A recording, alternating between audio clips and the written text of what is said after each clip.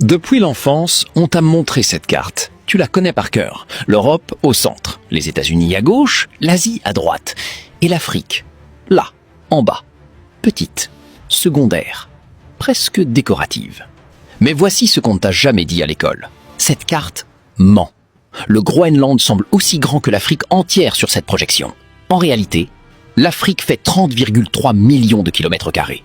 Tu peux y faire rentrer les États-Unis, la Chine, l'Inde, l'Europe entière, et il reste encore de la place. Ce continent n'est pas petit. On t'a juste appris à le voir petit. Alors aujourd'hui, on va faire une expérience de pensée. Une hypothèse. Une question que les géopoliticiens évitent, que les économistes esquivent, et que les médias ne posent jamais franchement. Et si l'Afrique se réunifiait en un seul pays? Pas une utopie, pas un rêve d'idéaliste. Une analyse froide, chiffre par chiffre, donnée par donnée. Ce que vous allez entendre dans les prochaines minutes va changer définitivement la façon dont vous voyez ce continent. Commençons par ce qu'on voit, le territoire. 30,3 millions de kilomètres carrés. L'Afrique unie serait de loin le plus grand pays du monde. La Russie, 17 millions de kilomètres carrés, 2 fois plus petite.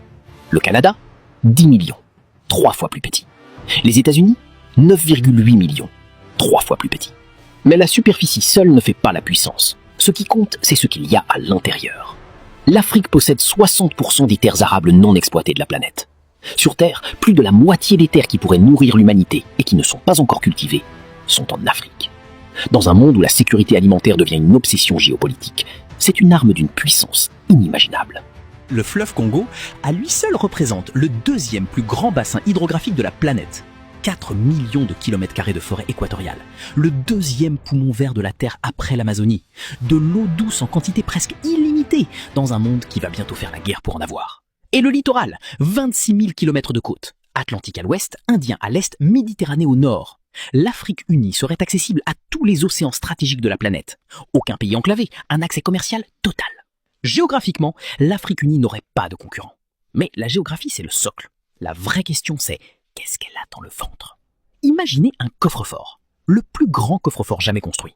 Et maintenant, imaginez que presque tout ce dont le monde moderne a besoin pour fonctionner est à l'intérieur. C'est l'Afrique. Le pétrole. Nigeria, Angola, Libye, Algérie, Gabon, Guinée équatoriale, Soudan, Congo-Brazzaville. L'Afrique unie assoirait ses réserves dans le top 3 mondial, avec plus de 500 milliards de barils de réserves prouvées combinées. Elle ne serait plus cliente du marché pétrolier. Elle en serait l'arbitre. L'or. L'Afrique produit aujourd'hui environ 40% de l'or mondial. Ghana, Mali, Soudan, Tanzanie, Afrique du Sud. Dans un monde où les banques centrales rachètent de l'or massivement, l'Afrique unie contrôlerait la matière première qui sous-tend la confiance dans toutes les monnaies. Mais voici où ça devient vraiment stratégique. Le cobalt.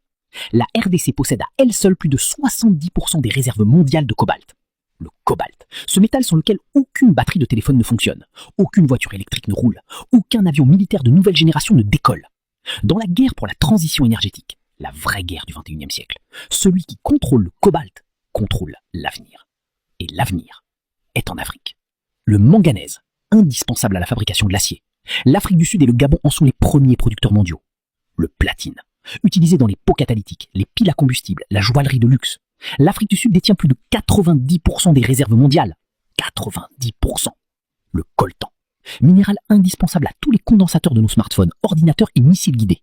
RDC, Rwanda, Nigeria, Afrique encore. L'uranium, carburant des centrales nucléaires. Niger, Namibie, Afrique du Sud. Sans l'uranium africain, plusieurs réacteurs nucléaires européens s'arrêtent. Et je n'ai pas encore parlé des diamants, du lithium en pleine explosion, du gaz naturel du Mozambique et de la Tanzanie, du phosphate du Maroc, premier exportateur mondial, ni du cacao de Côte d'Ivoire qui fournit 40% du chocolat mondial. L'Afrique unie ne serait pas un pays riche. Elle serait le pays le plus riche en ressources naturelles de toute l'histoire humaine. Aucune nation n'aurait jamais rien contrôlé de tel. Et pourtant, elle importe encore une partie de sa nourriture. Pourquoi? Parlons maintenant de ce qui rend un pays vraiment puissant. Pas le pétrole, pas l'or. Les hommes et les femmes. En 2026, l'Afrique compte 1,5 milliard d'habitants. Troisième bloc démographique mondial derrière l'Inde et la Chine. Mais voici ce que les autres n'ont pas. L'âge médian en Afrique est de 19 ans. En Europe, il est de 44 ans. En Chine, 38 ans. Au Japon, 49 ans. Pendant que les grandes puissances vieillissent, s'endettent pour payer leur retraite et cherchent désespérément de la main-d'œuvre, l'Afrique unie aurait la population la plus jeune, la plus dynamique et la plus nombreuse de la planète. Et d'ici 2050, 2,5 milliards d'Africains. D'ici 2100, 4 milliards, soit 40% de l'humanité entière. La démographie, c'est le destin des nations. Et le destin de l'humanité parle africain. Le PIB combiné de l'Afrique en 2026 est d'environ 3 000 milliards de dollars. C'est le PIB du Royaume-Uni, de la France. Ça semble modeste? Attendez. Ce chiffre correspond à une Afrique fragmentée en 54 États, où chaque pays négocie seul avec les multinationales, où il n'y a pas de monnaie commune, où les marchandises africaines paient des droits de douane pour traverser les frontières africaines, où un conteneur de Nairobi à Lagos coûte parfois plus cher qu'un conteneur de Shanghai à Lagos. C'est une économie avec les deux mains attachées dans le dos. L'Union africaine a calculé que la zone de libre-échange continentale africaine, la ZLECAf, lancée en 2021, pourrait faire passer le commerce intra-africain de 15% à plus de 50% du total, et augmenter le PIB continental de 450 milliards de dollars supplémentaires, sans trouver une nouvelle ressource, sans construire une nouvelle usine, juste en s'échangeant entre eux ce qu'ils ont déjà. Et la monnaie. Aujourd'hui, un Sénégalais et un Ivoirien utilisent le franc CFA, une monnaie dont le taux de change est encore garanti par la France. Un Nigérian utilise le Naira, un Éthiopien le birr, un Kenyan le shilling. 42 monnaies différentes pour un même continent. 42 taux de change, 42 banques centrales, 42 politiques monétaires. L'Afrique unie avec une seule monnaie forte deviendrait immédiatement la troisième monnaie de réserve mondiale, après le dollar, après l'euro, et peut-être avant le yuan. L'armée. Les budgets militaires africains combinés dépassent 50 milliards de dollars. Mais ça, c'est 54 armées qui ne se parlent pas, qui utilisent des équipements incompatibles, formés par des doctrines différentes. Une armée africaine unifiée de 2 millions de soldats actifs, avec un budget centralisé, une doctrine commune et un accès aux deux façades océaniques, elle entrerait directement dans le top 3 mondial. Alors pourquoi? Pourquoi cette puissance n'existe-t-elle pas? Pourquoi ce géant dort-il encore?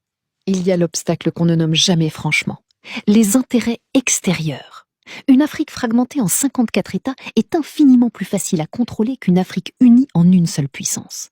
54 présidents à influencer, 54 dettes à gérer, 54 accords de défense à signer, 54 monnaies à surveiller.